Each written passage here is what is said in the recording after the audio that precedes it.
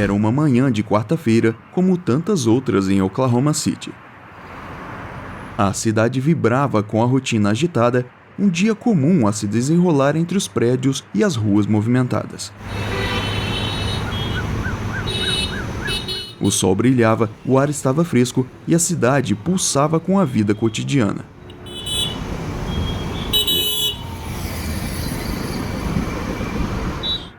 Mas por volta das 9 horas daquela manhã, a normalidade se dissolveu em um pesadelo inimaginável, quando uma explosão de proporções colossais abalou os alicerces da cidade, deixando um rastro de morte e devastação.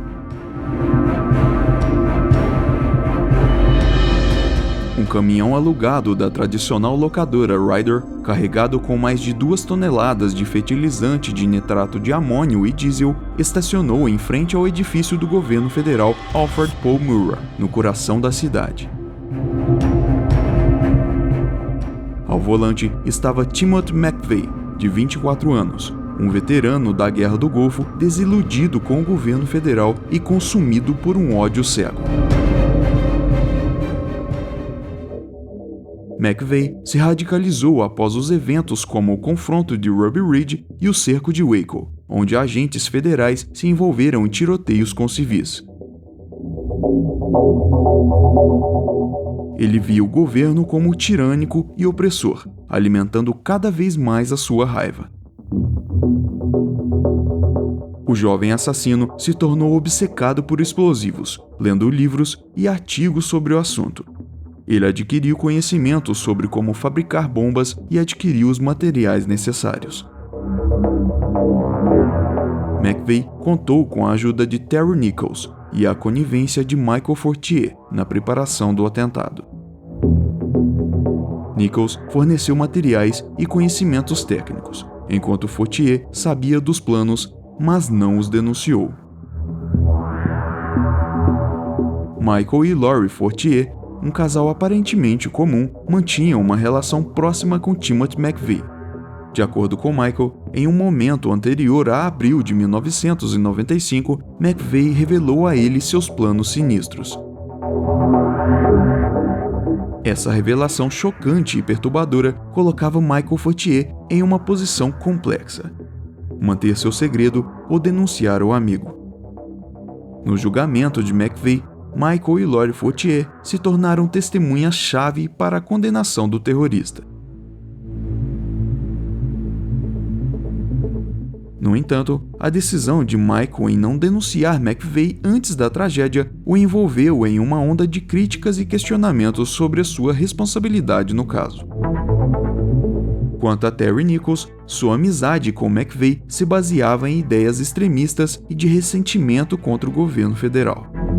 Juntos, compartilhavam a visão de que uma ação violenta era necessária para provocar uma mudança radical. Nichols forneceu apoio crucial ao plano de McVeigh. Ele ajudou a adquirir materiais para a bomba, como o fertilizante de nitrato de amônio, e ofereceu seu conhecimento sobre explosivos. Nichols participou ativamente na preparação do caminhão-bomba, inclusive ajudando a carregá-lo com os explosivos. Ele também esteve presente em Oklahoma City no dia do atentado, fornecendo apoio logístico à distância. Após deixar o caminhão estacionado em frente ao edifício, McVeigh acendeu o pavio e fugiu do local. Segundos depois, o inferno se desencadeou. Uma explosão de proporções inimagináveis devastou os arredores, abrindo uma cratera gigantesca que consumiu metade do prédio, lançando detritos a quilômetros de distância. O que antes era um símbolo da autoridade governamental, agora era um cenário de guerra.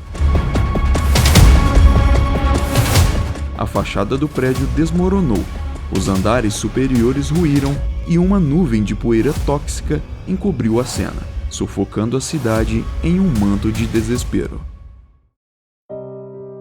Dentro do edifício, a tragédia se intensificava. Funcionários públicos, crianças em uma creche no térreo e outros inocentes foram vítimas da fúria da explosão. Corpos jaziam sob os escombros, feridos agonizavam sem socorro e o lamento ecoava pelos corredores empoeirados. além de diversos departamentos e agências públicas, como o Departamento do Tesouro dos Estados Unidos, o Departamento de Agricultura, o Serviço de Receita Federal e o Tribunal Distrital dos Estados Unidos. O edifício Murrah também abrigava diversos outros escritórios e departamentos governamentais, além de empresas privadas. A destruição do edifício causou um enorme impacto na comunidade local, interrompendo o funcionamento de diversos serviços essenciais e afetando a vida de milhares de pessoas. Em meio ao caos e à devastação, a bravura e a compaixão floresceram. Primeiros socorristas, bombeiros e policiais, guiados por um senso de dever e compaixão, correram para o local, enfrentando os perigos da explosão e da instabilidade do edifício para salvar vidas. Com bravura inabalável, trabalharam dia e noite, sem descanso, buscando sobreviventes entre os escombros, retirando corpos e prestando atendimento médico aos feridos. Cada vida salva era uma vitória contra a morte, uma chama de esperança em meio à escuridão. O atentado resultou na trágica morte de 168 pessoas, dentre elas 19 crianças que frequentavam a creche instalada no edifício. O atentado também causou ferimentos a mais de 680 pessoas, deixando um rastro de sofrimento físico e psicológico na comunidade local. Ao longo dos dias seguintes, Oklahoma City se uniu em luto e solidariedade. Famílias buscavam por seus entes queridos entre os mortos e feridos, enquanto a comunidade se mobilizava para oferecer apoio e doações. Lares foram abertos para acolher os desabrigados, doações de sangue e alimentos inundaram os centros de ajuda e a dor compartilhada uniu os cidadãos em um abraço fraterno.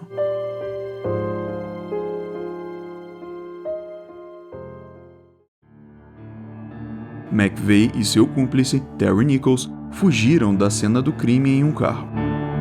Uma extensa busca foi iniciada pelas autoridades, com alertas sendo emitidos em todo o país. 2 dias depois do atentado, McVeigh foi preso em uma parada de trânsito de rotina em Regent, Dakota do Norte. Nichols foi preso no dia seguinte, na mesma cidade. A investigação do atentado de Oklahoma City foi uma das maiores da história dos Estados Unidos. Uma força-tarefa federal, composta por centenas de agentes, foi montada para desvendar o crime e levar os responsáveis à justiça. A captura de McVeigh e Nichols permitiu que as autoridades os acusassem formalmente pelo atentado. O julgamento de McVeigh começou em 1997 e durou mais de 6 meses. McVeigh foi condenado à morte por 15 acusações, incluindo conspiração para cometer um atentado terrorista doméstico, uso de arma de fogo durante um crime violento, destruição de um edifício federal e assassinato em massa. Ele foi executado por injeção letal em 11 de junho de 2001, no Complexo Federal em Terre Haute, Indiana, sendo o primeiro prisioneiro federal a ser executado desde 1963. Nichols foi condenado à prisão perpétua sem possibilidade de liberdade condicional. Ele está encarcerado na penitenciária de segurança máxima de Florence, no Colorado. Michael Fortier foi condenado por conspiração para cometer um ato de terrorismo doméstico. Ele recebeu uma pena de 12 anos de prisão, sendo libertado em 19 de janeiro de 2006 após cumprir 85% de sua pena. Em troca de seu testemunho contra McVeigh, Lori Fortier recebeu imunidade total de acusações criminais relacionadas ao atentado. Ela testemunhou que falsificou a carteira de motorista de McVeigh, que foi usada para comprar produtos químicos para a bomba. A decisão de conceder imunidade a Lori também foi criticada, com muitos argumentando que ela deveria ter sido responsabilizada por suas ações. O casal se divorciou após o atentado.